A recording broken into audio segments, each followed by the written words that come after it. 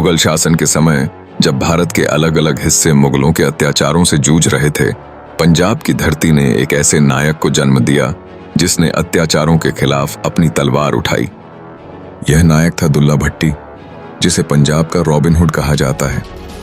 उसकी कहानी न केवल वीरता और साहस का प्रतीक है, बल्कि यह पंजाब के प्रमुख त्योहार लोहड़ी से भी गहराई से जुड़ी हुई है। दुल्ला भट्टी का असली नाम अब्दुल्ला खान था। उनका जन्म पंजाब के संधू जाट कबीले में हुआ था। उनके परिवार को मुगलों के खिलाफ विद्रोह करने के कारण मौत की सजा दी गई थी। अपने पिता और दादा की मृत्यु का बदला लेने की कसम खाकर दुल्ला ने मुगलों के खिलाफ एक लंबा संघर्ष शुरू किया। उन दिनों पंजाब के किसानों पर भारी कर लगाए जाते थे।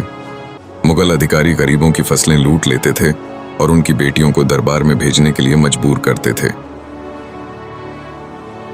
ऐसे समय में दुल्ला भट्टी ने विद्रोह का झंडा उठाया और गरीबों की रक्षा के लिए अपनी जान दांव पर लगा दी। पंजाब के एक गांव में सुंदरी और मुंदरी नामक दो अनाथ बहनें रहती थीं। उनकी सुंदरता के चर्चे दूर दूर तक थे। मुगल सूबेदार ने उनकी सुंदरता के बारे में सुनकर उन्हें दरबार में लाने का आदेश दिया। गांव के जमींदार ने इस आदेश का पालन करने की ठानी, लेकिन लड़कियों की दादी ने दुल्ला भट्टी से मदद की गुहार लगाई। दुल्ला ने उनकी बात सुनते ही कहा, जब तक मैं जिंदा हूं, किसी भी बेटी की इज्जत पर आंच नहीं आएगी। उन्होंने तुरंत अपनी सेना को तैयार किया और गांव के पास जंगल में घात लगाकर बैठ गए।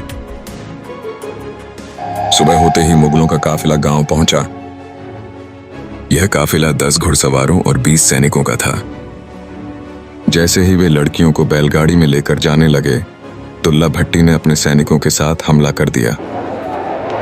जंगल की झाड़ियों से अचानक तीरों की बौछार हुई।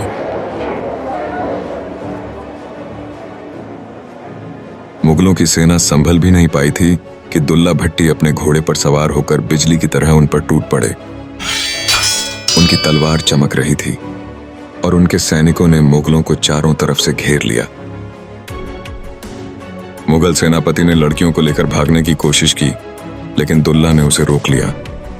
उन्होंने दोनों से कहा, अब तुम मेरी बहनें हो, कोई तुम्हें छू भी नहीं सकता। दुल्ला भट्टी ने तुरंत फैसला लिया कि लड़कियों को अब किसी खतरे का सामना नहीं करना पड़ेगा।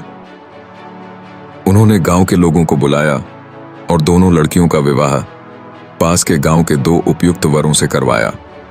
खुद पिता की भूमिका निभाते हुए उन्होंने दोनों का कन्यादान किया। लड़कियों को गहने और अनाज उपहार में दिया। आज भी लोहड़ी पर गाया जाने वाला यह गीत इसी घटना को याद करता है। सुंदर मुंदर ये हो, तेरा कौन बचारा हो, दुल्ला भट्टी वाला हो, दुल्ले ने धी ब्याही हो, शेर शक्कर पाई हो।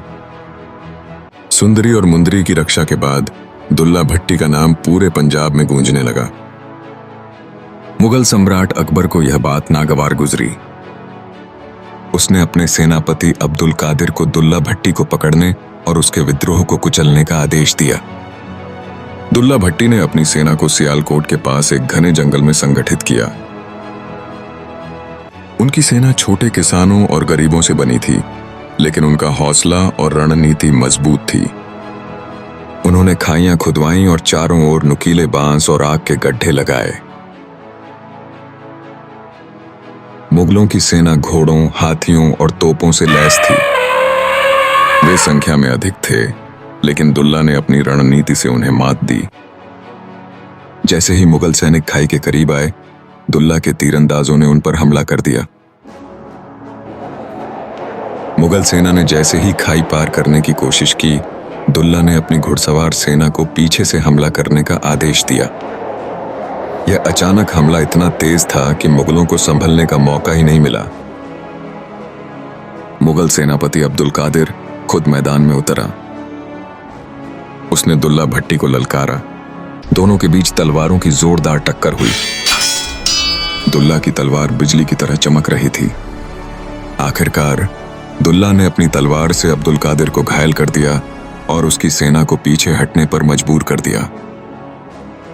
अकबर ने दुल्ला भट्टी को पकड़ने के लिए धोखा दिया। उसे लाहौर में गिरफ्तार कर लिया गया और फांसी की सजा सुनाई गई। फांसी के समय दुल्ला ने हंसते हुए कहा, मेरी मौत पंजाब के विद्रोह को खत्म नहीं कर सकती। उनकी यह बात सच साबित हुई और उनका नाम आज भी लोगों के दिलों में जिंदा है।